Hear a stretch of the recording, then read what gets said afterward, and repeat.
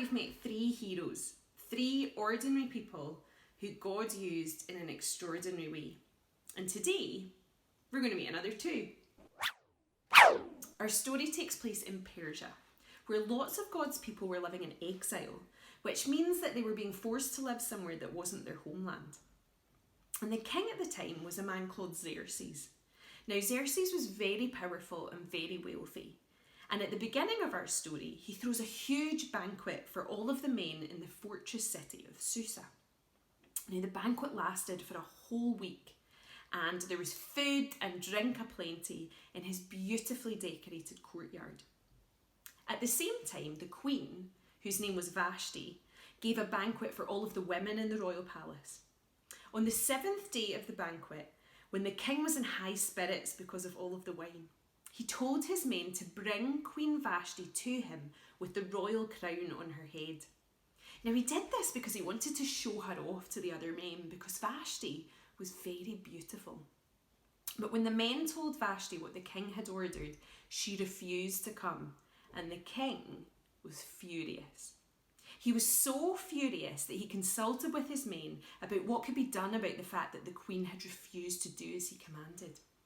It was decided that Queen Vashti should be banished from the king's presence forever, and that the king should choose a new queen who was more worthy than Vashti. So, once Xerxes had calmed down, he sent men out into the 127 provinces of his empire to bring the most beautiful single women in the empire back to his palace in Susa. Once they were there, they were to be given lots of beauty treatments, and then the king would pick which one pleased him the most, and that woman would be the new queen. At this time, a Jewish man called Mordecai was in Susa. And Mordecai had a young cousin called Esther.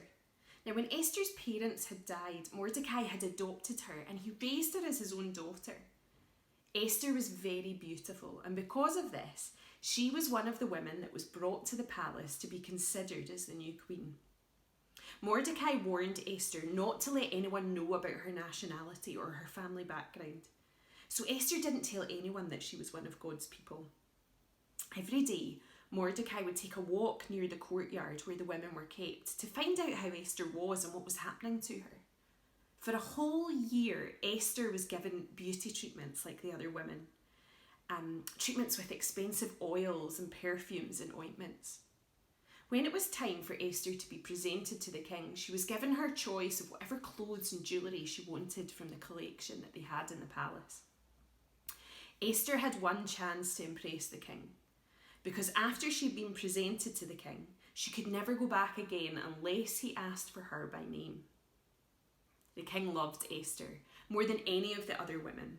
He was so delighted with her that he placed the royal crown on her head and declared her the queen instead of Vashti. To celebrate the occasion, he gave a banquet in Esther's honour for all of his nobles and officials. He declared it a public holiday and he gave generous gifts to everybody.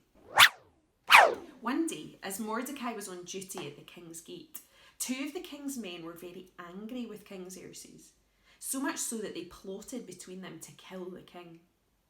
Mordecai told what he had heard to Esther, who told the king and credited Mordecai for the report. When an investigation showed that Mordecai's claim was true, the two men were executed. Sometime later, the king promoted a man called Haman to a position that made him the most powerful official in the empire. All of the king's officials would bow down to Haman whenever he passed by, because the king had commanded them to. But Mordecai refused to bow down because he would not bow down to anyone but God. The palace officials at the king's gate saw that Mordecai wouldn't bow down, and they asked him, "Why are you disobeying the king's command?" And Mordecai told them it was because he was a Jew.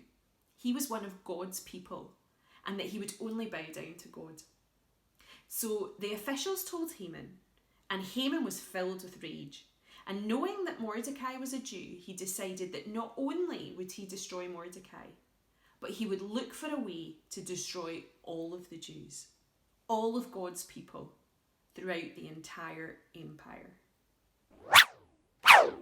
So Haman approached the king and said, There's a certain race of people scattered throughout all of your provinces who keep themselves separate from everyone else.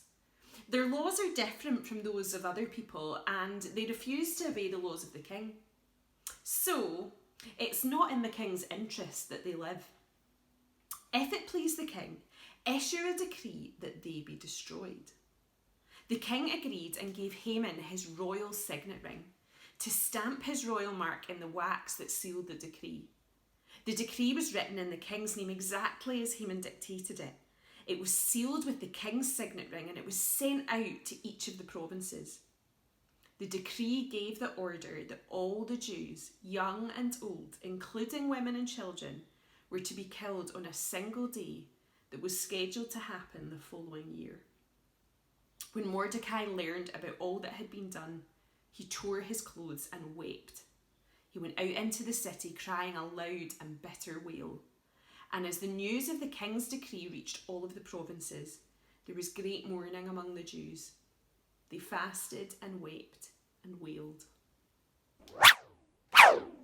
When Queen Esther's maids told her about Mordecai, she was deeply distressed, and she ordered one of her men to go to Mordecai and find out what was troubling him and why he was in mourning. Mordecai told him the whole story, handing him a decree to show to Esther with the instruction that she should go to the king to beg for mercy and plead for her people. Esther sent a message to Mordecai saying, "All the king's officials and the people in the provinces know that anyone who appears before the king in his inner court without an invitation is doomed to die unless he holds out his golden scepter. And the king has not called for me for 30 days. Mordecai sent his reply to Esther. "Don't think for a moment," he said, "that because you're in the palace, you will escape when all of the other Jews die. Who knows, maybe you were made queen for just such a time as this." So Esther sent word to Mordecai to gather together all of the Jews in Susa and to fast for 3 days and nights, not eating or drinking anything. She and her maids would do the same. And then, although it was against the law, she would go to see the king. She ended her message to Mordecai saying, "If I must die, I must die." And Mordecai went away and did everything that Esther had said. We have two heroes, Mordecai and Esther. Mordecai, who refused to bow down to Haman because he knew that God said he should bow down to no one but him. And Esther, a Jewish girl placed in the royal palace for such a time as this. But how does the story end? It's not looking too good for our heroes, is it? But what did we say about heroes of faith?